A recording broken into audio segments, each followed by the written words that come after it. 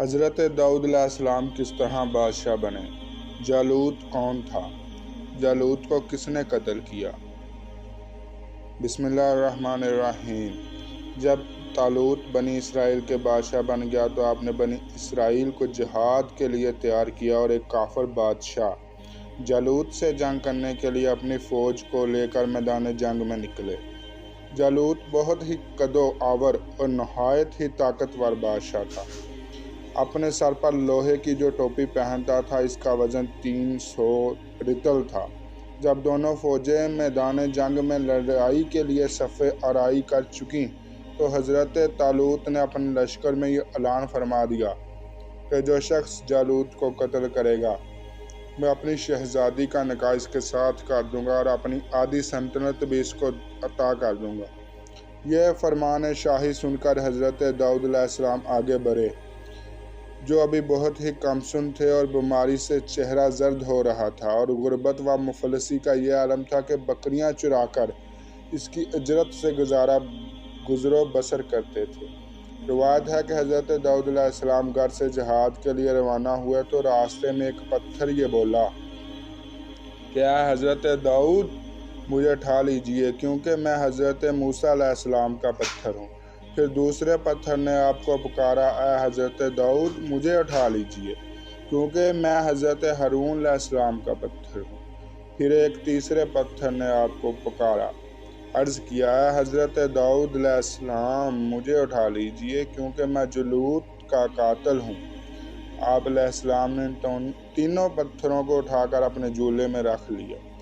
جب جنگ شروع ہوئی تو آپ حضرت داؤد علیہ السلام آپ کو اپنی گوپھن لے کر صفوں سے آگے بڑھے، اور جب جالوت پر آپ کی نظر پڑی تو آپ نے ان تینوں پتھروں کو اپنی گوپھن میں رکھ کر بسم اللہ پڑھ کر گوپھن سے تینوں پتھروں کو جالوت کے اوپر پھینکا۔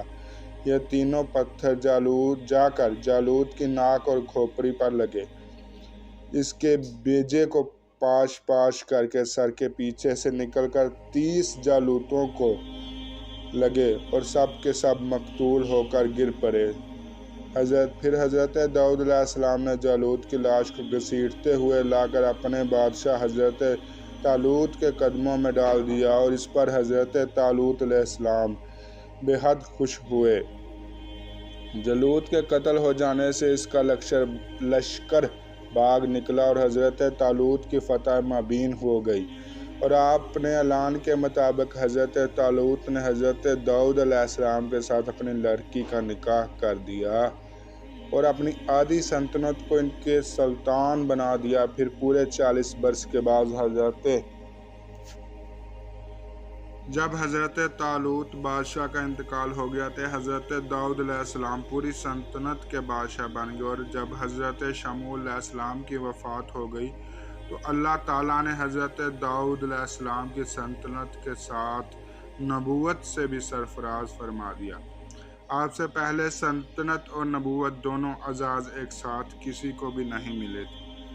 آپ پہلے شخص ہیں کہ ان دونوں عہدوں پر فائز ہو کر 70 برس تک سلطنت اور نبوت دونوں منصبوں کے فرائض پورے کرتے رہے، اور پھر آپ کے بعد آپ کے فرزند حضرت سلیمان علیہ السلام کو بھی اللہ تعالیٰ نے سلطنت اور نبوت دونوں مرتبوں سے سرفراز فرمایا۔ اس واقعے کو اللہ تعالیٰ قرآن مجید کی سورۃ بقرہ میں اس طرح بیان فرماتا ہے، ترجمہ کنز الایمان، اور قتل کیا داؤد نے جالوت کو، اور اللہ نے اسے سلطنت اور حکمت عطا فرمائی اور اسے جو چاہا سکھایا۔ حضرت داؤد علیہ السلام کا ذریعہ معاش۔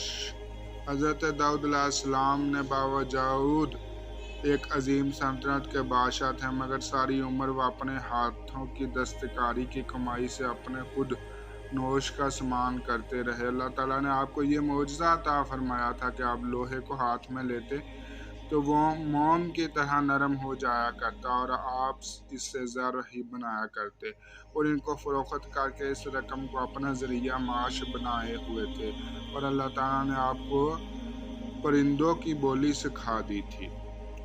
تو اس طرح حضرت داؤد علیہ السلام جو بکریاں چرا کر اپنا گزر و بسر کرتے تھے، ایک سلطنت کا بادشاہ بن گئے اور نبوت سے بھی سرفراز ہوئے۔